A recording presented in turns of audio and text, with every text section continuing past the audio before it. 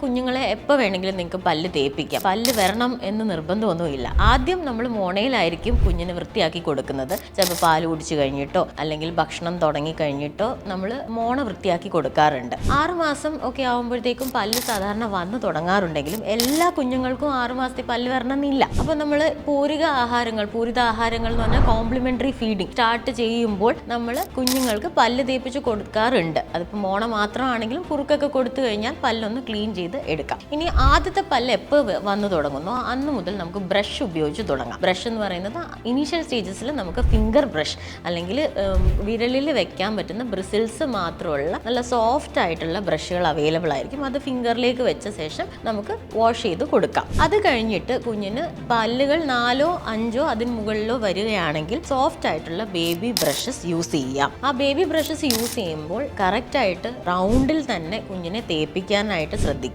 ഒരു 2 വയസ്സ് വരെ നമുക്ക് പേസ്റ്റ് ഉപയോഗിക്കണം നിർബന്ധമൊന്നും ഇല്ല. 2 വയസ്സിന് ശേഷം കുഞ്ഞിന് ഫ്ലൂറൈഡ് കണ്ടന്റ് ഉള്ള അധികം ടേസ്റ്റോ സ്മെല്ലോ ഒന്നും ഇല്ലാത്ത ഒരു tooth paste, baby tooth paste ഉപയോഗിച്ച് തുടങ്ങാം. രാവിലെയും വൈകുന്നേരവും ബ്രഷ് ചെയ്യണം. രാവിലെ ചെയ്തില്ലെങ്കിലും രാത്രി കിടക്കുന്നതിന് മുമ്പ് എന്തായാലും ബ്രഷ് ചെയ്യിപ്പിക്കാൻ ശ്രദ്ധിക്കുക.